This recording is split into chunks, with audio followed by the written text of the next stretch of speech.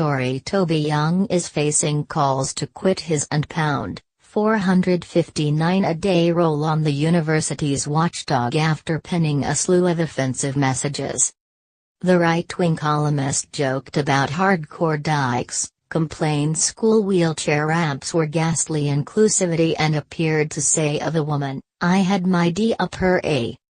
Today he said he regrets what he called politically incorrect comments as he deleted 50,000 tweets containing most of the evidence.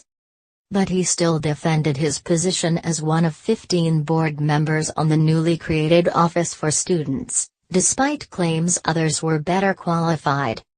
And his defense in itself prompted a backlash from Tory Minister Margot James, who wrote, "It is a mistake for him to belittle sexist comments by labeling them politically incorrect."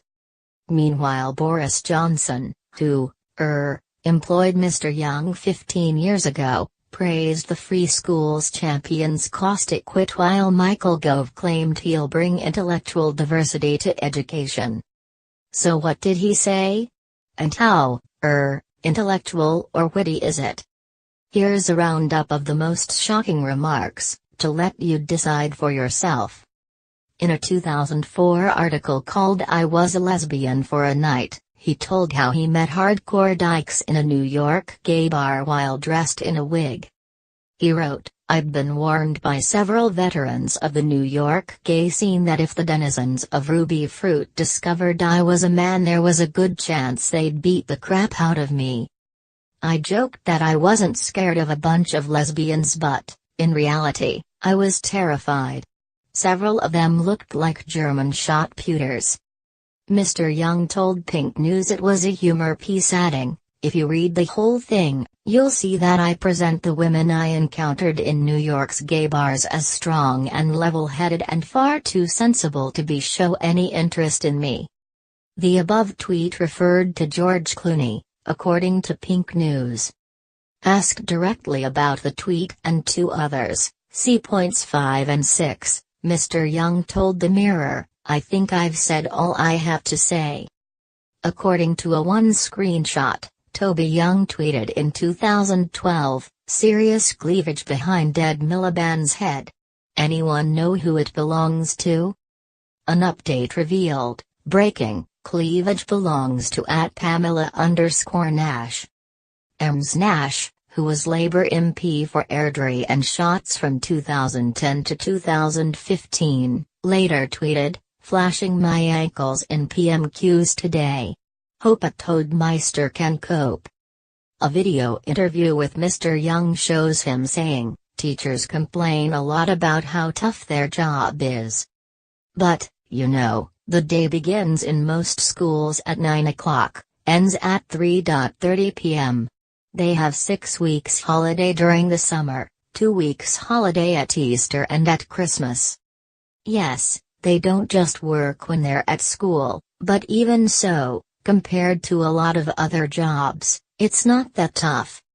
He replied in 2009 after a Twitter user commented that he had his hand on US TV host Padma Lakshmi's bottom. He wrote, "Actually, mate, I had my D up her A." He had previously also tweeted about the size of her breasts. In a column for The Spectator in 2012, Mr. Young said inclusive was one of those ghastly, politically correct words that has survived the demise of New Labour. "The word inclusive," he said, "means wheelchair ramps, the complete works of Alice Walker in the school library, though no Mark Twain, and a special educational needs department that can cope with everything from dyslexia to Munchausen syndrome by proxy."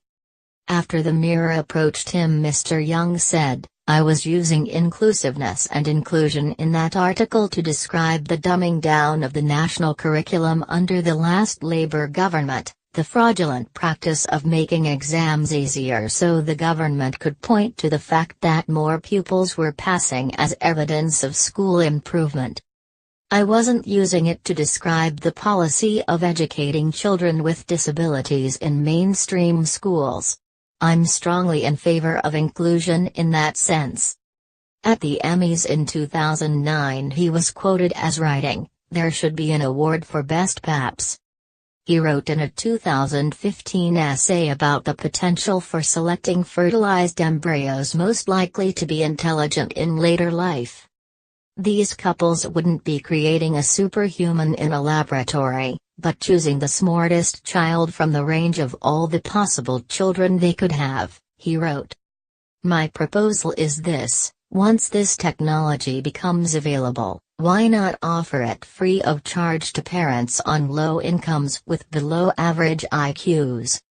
Provided there is sufficient take-up, it could help to address the problem of flatlining intergenerational social mobility and serve as a counterweight to the tendency for the meritocratic elite to become a hereditary elite. It might make all the difference when it comes to the long-term sustainability of advanced meritocratic societies. He added, screening out embryos with certain undesirable genes is legal in plenty of countries, including Britain.